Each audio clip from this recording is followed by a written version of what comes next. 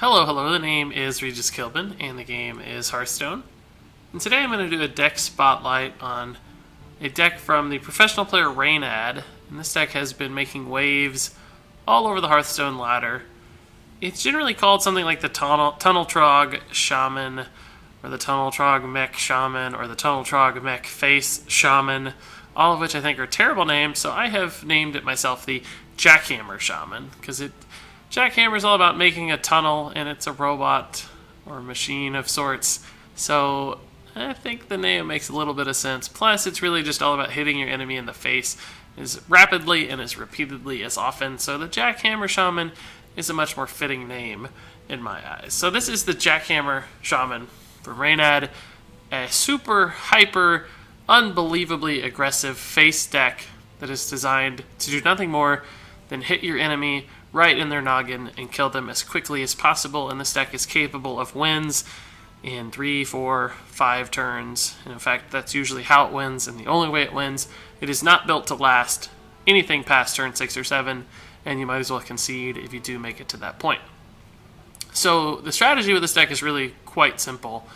Run minions and spells into your enemy's head, trying to kill them as quickly as possible. The only times you should ever make trades is when it's an extremely efficient way to preserve a really threatening target on your side of the board. Otherwise, build up your board with tons of minions and just run everything straight into their face.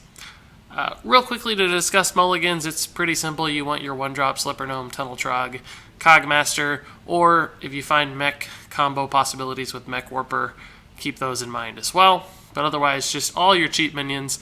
Anything higher than 3 mana, throw it back. You have so many affordable 1-drops in this deck that there's no reason to try to fill your curve. Just get greedy, go for all that stuff that gives you early game plays, particularly minions that might not have an answer from your opponent, like Tunnel Trog. So I want to go ahead and play this deck. That's the best way to really get a feel for it. So now that you've seen the list and have an idea of the synergies, let's just go ahead and see it in action and experience the chaos of the Jackhammer Shaman firsthand. Gotta hit the right buttons though first.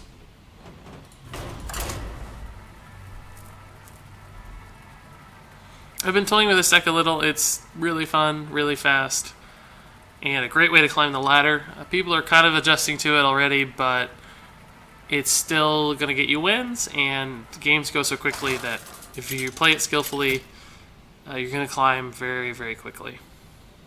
Thrall versus Gul'dan. So we don't know what kind of Warlock this is going to be. There's so many different Warlocks in the ladder right now. Who knows? So we can make some crazy plays. Normally you want a 1-drop no matter what, but just because the Mech Warper possibilities are so insane when you're guaranteeing both of them, we're going to keep both. And the Cogmaster's the perfect 1-drop to have here. We'd like another 2 or 3 drop. I guess another 2-drop, something like a Noyatron or another Mech 2-drop to combo on these. But the coin would have made this hand absurd, right? This hand would have been just nuts with the coin. Absolutely crazy. So he's helping us already by hitting his own face. That flame up's awesome. So he's gonna make this trade, and that's okay. That means our Cogmaster's likely gonna survive another turn. I don't know what kind of shenanigans are up there with the coin, but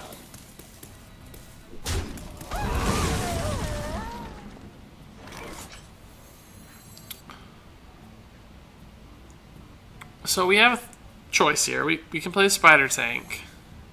We can also play the Mech Warper and something like a Rock Biter, but that doesn't help us. I think we're going to go ahead and play the Spider Tank just because we have more flexibility with these cards next turn than we do with the Spider Tank next turn. Both still activate the Cogmaster, so that's irrelevant, and both are safe to the Imp King boss, so that's irrelevant as well. But that just gives us the most options next turn.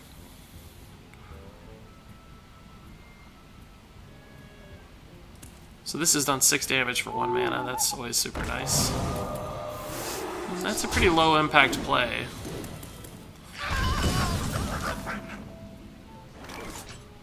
Okay, we're just gonna we were already so high in mana that it's unlikely that the benefit for Mech Warper is going to be seen, so we're just going to play it as a body instead of trying to combo. We have the Doomhammer next turn to play for sure.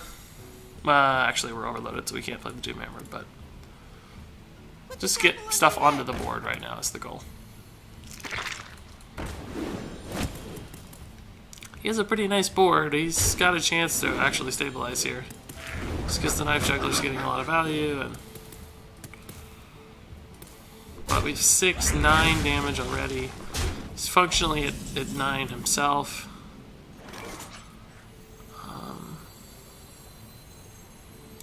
There's an argument to be made that we should kill the Knife Juggler.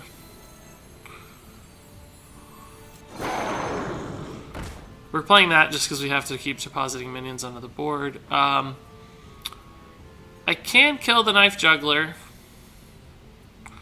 but this here next turn is a guaranteed 10 damage, and we can take him to 12. If he clears the board, he can probably clear the board.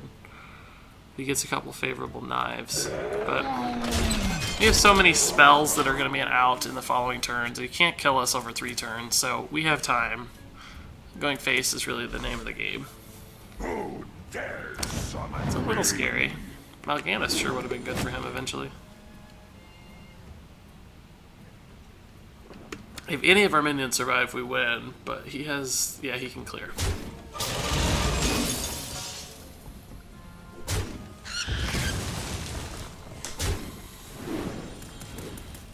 This is a big knife. Okay, we got the bad knife. He would have had to run the Knife Juggler in if the knife had hit our face. So he has 8, 9 damage.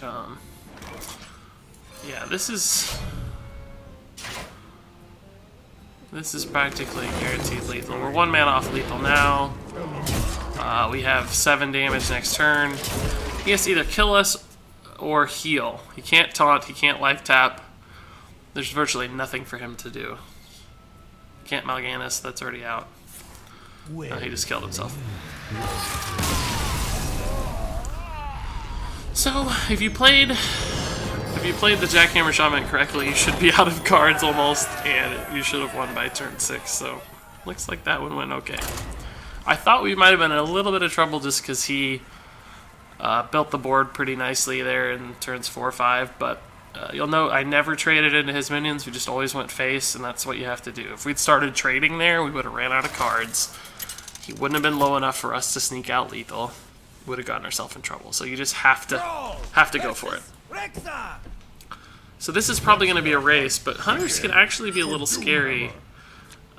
Not only because he's a legend level player, but Explosive Trap can really, really wreak havoc. I'm actually going to keep these two, just because they're very good against Hunter, and I really wish I knew I was going to get it. I have the coin, so this is actually a perfect hand. I forgot I had the coin, and that's a great start, too. So we can coin out Whirling Zappo. He probably doesn't have an answer. We hide it behind the Annoyatron, or just go ahead and do the Power Mace, too.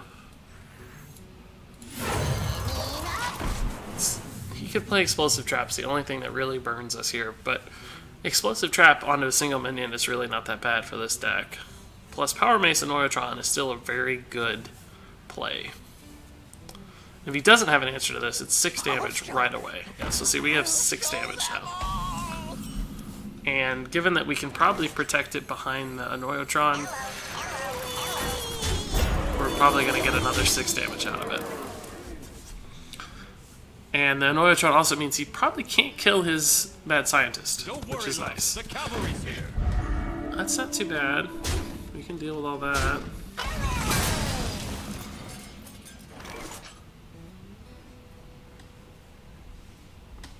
So we have a couple options here. I think I just want to play the Power Mace and go face.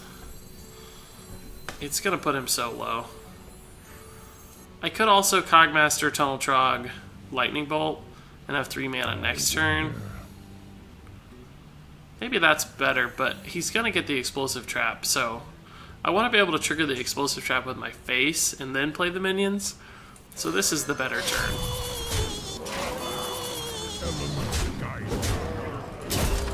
If he had only one of these minions, I'd probably kill it, just to keep this alive. but since he has 2, I'm just going to leave them both. It doesn't matter to me. So this just turned into a race, right?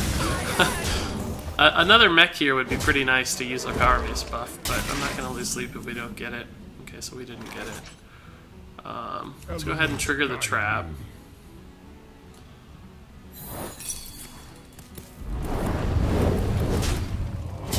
We're going to play... we're actually going to not use the Cogmaster just yet, because this way we can get a hero power out. That's kind of irrelevant. I don't really care about that. So you don't usually see someone hitting face for 3 damage, but it buffs the Trog. Not that it needed it necessarily in this scenario, but if he clears it with his weapon, it's 1 extra damage by doing that. Now we had the mana to float, so there was some advantage to that. Plus we have 6 damage next turn, so he's very close to dead already. Ready to ride. He's gonna save himself. Oh, is he gonna go face? Oh, that's a mistake. He's dead. I think. Oh no, he didn't go face. Okay. He made the right decision. That's probably another explosive trap, which is not great. We're getting kind of low.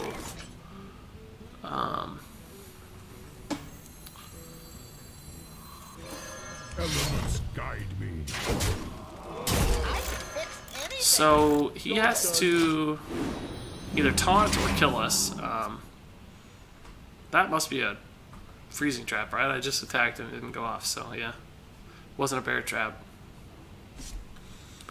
He has to taunt or have 16 damage. I don't think he can put together 16. He's got 5, 7, even 2 kill commands. He doesn't have the beast, so 2 kill commands would have done it. But without the beast, I don't think he can do it.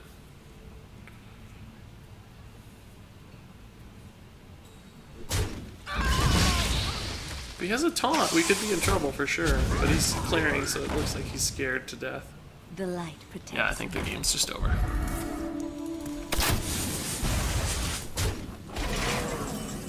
So it's kind of scary to race, but that's what you gotta do. This deck is fast and furious. You can't afford to slow down and trade or doubt yourself or worry too much. I'm gonna play one more game just because these do go so fast, and I wouldn't mind seeing a loss just to see what it's like to lose and how you lose, but I have a feeling we might just win through. If you ever question yourself whether to go face or hit a minion, there's a good chance the correct answer is just go face. So Druid will be a nice challenge. They have some ways to answer a board and get behind taunts and so on. So I'm going to keep these two just because they're a pretty potent combo. On turn 2, we can coin Mech Warper, Whirling Zappo, and they have a decision to make, right? They can Wrath the Whirling Zappo, perhaps, if they have Wrath, but that leaves us with a pretty nice Mech Warper, which can do cool stuff. So there's some plays. I'd like to get a 1-drop here. Cogmaster would be good. Yep, that's a really, really strong open. The Druid is going to have a nightmare of a time dealing with this. Power Mace is also crazy, but I think we're still going to go with the original line of play. If he Wraths this... Okay, so that's good for him. That is actually a minion that we will kill. We've been preaching... going face, but this is a time when we don't want him to have 4 mana, so killing it and enacting its Death Rattle, where it loses the mana crystal, is important. Plus, it gives us a higher likelihood that the Whirling Zap-O-Matic will survive, and we're trading 1 mana for 2. So, in every way, that's one of the few trades you should make with this deck. He's probably gonna have the Wrath here. He's smart enough to keep it in his opening hand. That's fine. We can still play the Power Mace or the Full Mech if it shows up. So here we're gonna play the Power Mace because it's very unlikely he can kill that Mech Warper. The Totem Golem would be okay, but it overloads us and makes us less flexible next turn. Plus, these two together next turn is an extra 2 damage if it survives. So.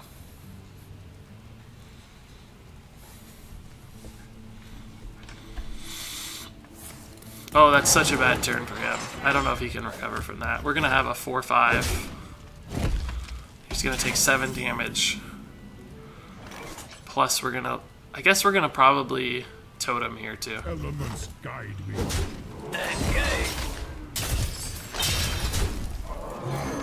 We're going to totem just because we can always crackle later.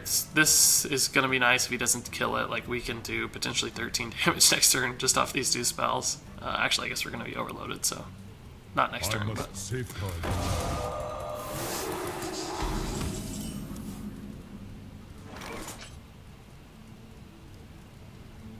I'm just going to go ahead and Tunnel Trog and Power Mace again, and we're just running all to face. He's going to feel like he has to kill this, but if he does, we've got so much damage that... What can he do? Really, what can he do? Druids are not good at clearing the board, so... Looks like another turn 6 win is on the way, unless he pulls off a real miracle. Okay, so that won't be enough. We can just push right through that and go... Well, not if he makes the right trade there. Either way, it's irrelevant. We have lethal, right? Yeah, we have so many ways to kill him. It's kind of silly.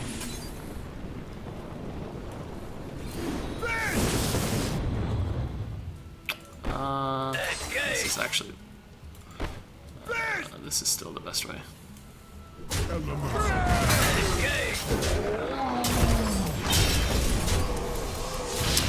And there you have it. Another quick and simple win as the Jackhammer Shaman. Thank you so much, Reynad, for introducing another cancerous deck, as people put it. I don't like to use that phrase, but another crazy deck that is destroying the ladder. You've done it yet again. It was Zoo before, and now it is the Tunnel Trog Mech Face Jackhammer Shaman.